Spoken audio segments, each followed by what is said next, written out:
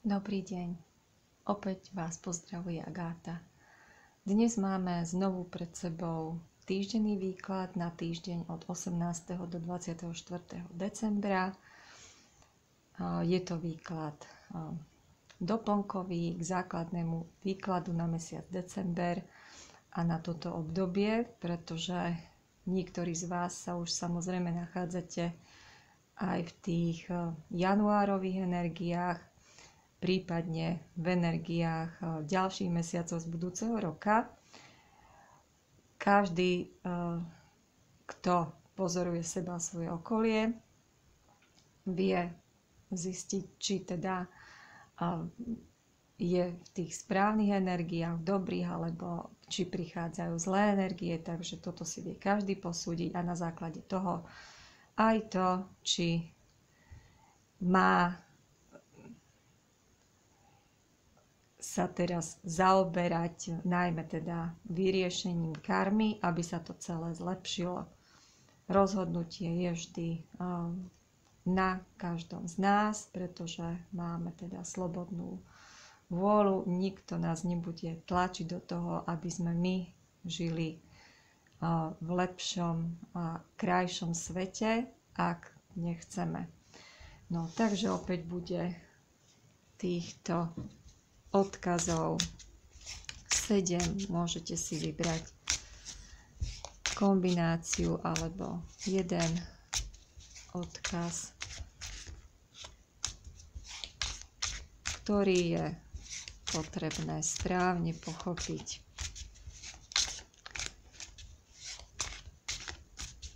Najhoršie to majú tí, ktorí klamú samých seba, pretože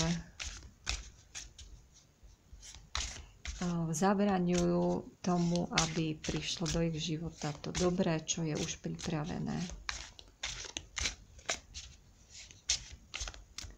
Opäť je to výklad všeobecný.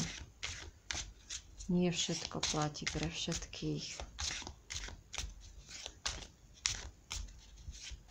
Na to slúžia individuálne výklady, na ktoré sa stále hlásite a na ktoré sa môžete aj naďalej hlásiť.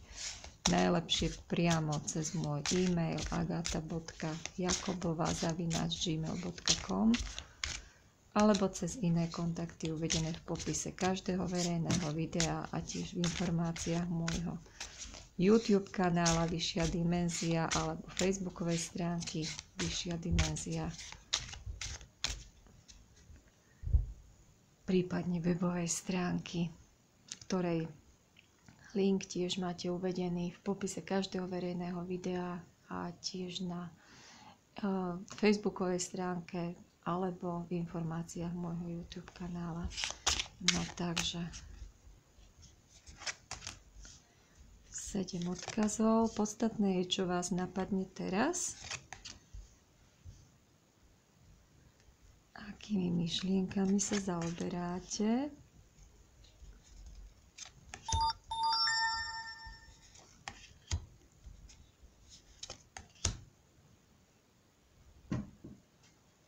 Takže pozrieme sa na vás, ktorí ste si vybrali 2.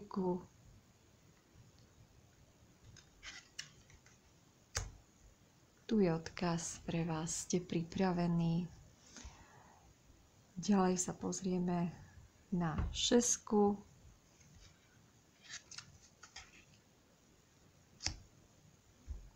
Odkaz nie, je tu niečo lepšie. 4.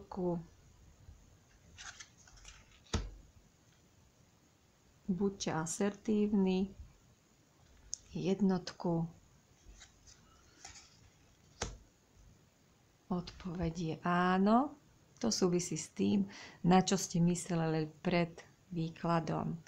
Respektíve môže sa to vzťahovať k tomu, čo k vám príde cez meditáciu, ktorú je dobre si urobiť aj po tomto výklade. Napríklad meditáciu s vnútorným dieťaťom alebo s anjelom strážnym a podobne. Tieto riadené meditácie nájdete aj na mojom YouTube kanáli v zozname videí, tematické rozprávanie, ktoré je aj na prvej domovskej stránke kanála. No, ďalej sa pozrieme na 7.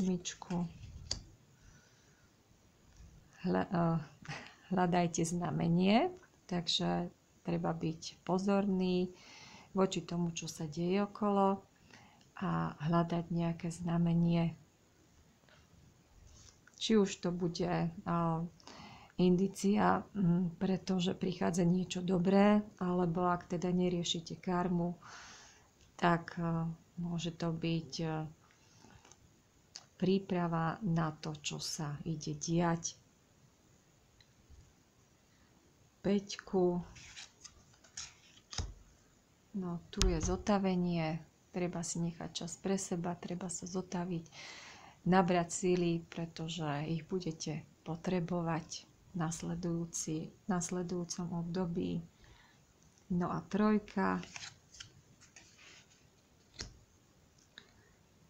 No, takže je tu pre vás informácia do niekoľko mesiacov. Súvisí to opäť s tým, na čo ste sa pýtali, sústredili, alebo na čo potrebujete nejakú odpoveď. Ak tam toto teda súvisí s tým, že kedy sa vám polepší, máte tých niekoľko mesiacov na to, aby ste vyriešili karmu, ktorá už mala byť dávno vyriešená. Potom to dobré môže prísť. Takže ja vám opäť držím palce a želám vám všetko dobré. Majte sa krásne, vaša Agáta.